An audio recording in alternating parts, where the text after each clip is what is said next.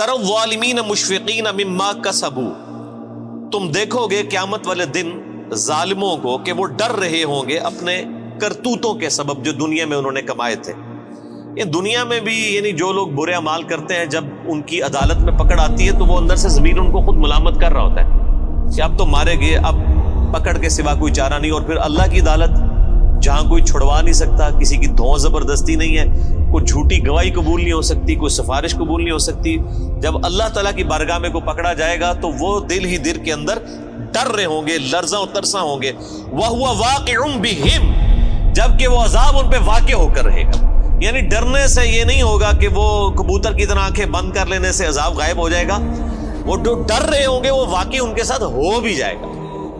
دنیا میں تو اکثر اوقات انسان مختلف خدشات یعنی سوچتا ہے، بعض اوقات ہو بھی جاتے ہیں، بعض اوقات نہیں بھی ہوتے ہیں، لیکن آخرت کے بارے میں کوئی یہ نہ سمجھے کہ جس طرح دنیا میں اللہ نے چھوٹ دے دی تھی، پکڑ نہیں فرمائی تھی، آخرت میں بھی اس طریقے سے ڈھیل مل جائے گی۔ نہیں، آخرت کے دن تو اللہ تعالیٰ نے اپنا نام ہی رکھا ہے، لمن الملک اليوم، آج کے دن کس کی بادشاہت ہے؟ للہ الواحد القہار، اس اکیلے قہار کی بادشاہت۔ اللہ نے قیامت کے دن اپنا نام غفور الرحیم نہیں رکھا ہوا، قہار رکھا ہوا، چھایا ہوا سب پر۔ اور ظاہر حقیقت ہے کہ ہزاروں سال کی انسانی تاریخ میں اللہ تعالیٰ نے صبر فرمایا ہے۔ بخاری مسلم کی حدیث ہے کہ اللہ تعالیٰ سے بڑھ کر کوئی صبر کرنے والا نہیں ہے۔ لوگ اس کے لیے اولاد تجویز کرتے ہیں، اسے گالیاں دیتے ہیں اولاد تجویز کر کے، لیکن پھر بھی ان کا رزق بند نہیں کرتا۔ سب سے بڑھ کر صبر فرمانے والا اللہ ہے، لیکن یہ صبر اس دنیا کی زندگی تک ہے۔ آخرت کی زندگی میں اللہ تعالیٰ نے پھر کسی کا لحاظ نہیں کرنا، حق کا وہ تو پھر واضح آ گیا۔ وَمَن يَعْمَلْ مِثْقَالَ ذَرَّةٍ خَيْرًا يَرَهُ وَمَن يَعْمَلْ مِثْقَالَ ذَرَّةٍ شَرًّا يَرَهُ، جس نے ذرے کے برابر بھی نیکی کی ہوگی وہ بھی پیش کر دی جائے گی، اس کے سامنے رکھ دی جائے گی، اور جس نے ذرے کے برابر گناہ بھی کیا ہوگا وہ بھی سامنے رکھ دیا جائے گا۔ یہاں تو اکثر لوگ کہہ دیتے ہیں جی اللہ تعالیٰ نے چھوٹی چھوٹی گلاں نال کی لینا دینا، اور اللہ تعالیٰ ہمارا ذرے کے برابر بھی نیکی کی اجر پاؤ گے، اور ذرے کے برابر گناہ بھی کیا اس کا پھر تم انجام دیکھ لو۔ والعیاذ باللہ تعالی۔ اللہم اجرنا من النار، اللہم اجرنا من النار، اللہم اجرنا من النار، اللہم من احییتہ منا فاحیہ علی الاسلام ومن توفیتہ منا فتوفہ علی الایمان۔ بس وہی بات ہے کہ جی عقل نہ ہوئے تے موجہ ہی موجہ، عقل ہوئے تے سوچیں ہی سوچیں۔ جسے عقل نہیں ہے اسے نہیں پتا کہ اللہ تعالیٰ کتنا ڈاڈا ہے۔ یہاں ہم جب کسی کو وعیدیں سناتے ہیں وہ کہتے ہیں وہ جی کوئی رحمت کی بات کریں، یعنی اللہ تعالیٰ تو سراپا رحمت ہے، یعنی وہ یہ بتانا چاہتے ہیں کہ اللہ تعالیٰ تو چاہتا ہے کہ لوگ گناہ کریں اور بس بغاوت پہ اترے رہے پھر بھی ان کو معاف کر دیں۔ یہ اتنا آسان معاملہ ہوتا تو پھر نبیوں کو نہ بھیجا جاتا، کتابیں نہ نازل فرمائی جاتی۔ جس کو یہ معاملہ پتا ہے اس کے لیے تو پھر زندگی گزارنی مشکل ہو جاتی ہے۔ والذین آمنوا وعملوا الصالحات، وہ لوگ جنہوں نے ایمان قبول کیا اور نیک اعمال اختیار کیے، صرف ایمان نہیں قبول کیا بلکہ نیک اعمال میں استقامت اختیار کی۔ فی روضات الجنات، وہ جنت کے باغوں میں ہوں گے۔ لہم ما یشاءون عند ربہم، وہاں ان کے رب کے پاس ان کے لیے ہر وہ چیز ہوگی جو وہ خواہش کریں گے۔ ذالک هو الفضل الکبیر، یہ ہے سب سے بڑا فضل۔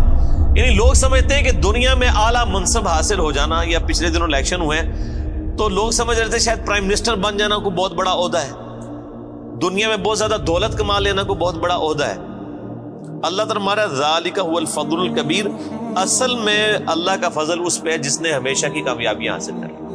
اور لاجیکل بات ہے میرے بھائی، ایک بندے کو بتایا جائے کہ آپ کو اتنی ساری ایفرٹ کے اگینسٹ جو ہے وہ 3 منٹ کے لیے جو ہے وہ بادشاہی ملے گی، اور دوسرے کو بتایا جائے کہ آپ کو اتنی ہی ایفرٹ کے اگینسٹ ہمیشہ کی بادشاہت ملے گی، جس میں موت بھی نہیں آئے گی، جس میں زوال بھی نہیں ہوگا، جس میں بڑھاپا بھی نہیں آئے گا، جس میں بیماری بھی نہیں آئے گی۔ تو کون سا بیوقوف آدمی ہے جو یہ 3 منٹ کی، اور یہ 3 منٹ کی زندگی آخرت کے مقابلے پہ، آخرت کا جو ایک دن ہے وہ 50,000 سال کا دن ہے، قرآن حکیم میں آیا سورۃ الحاقہ میں۔ تو آخرت کا جو ایک دن ہے اس کے مقابلے پہ 60 سال کی زندگی 3 منٹ بنتی ہے آلموسٹ.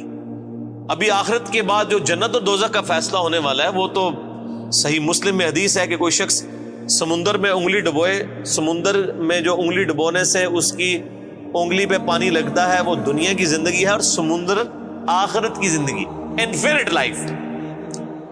تو اصل میں کامیاب وہ ہے جو وہاں پر کامیاب ہو گیا, اصل عقل مند وہی ہے.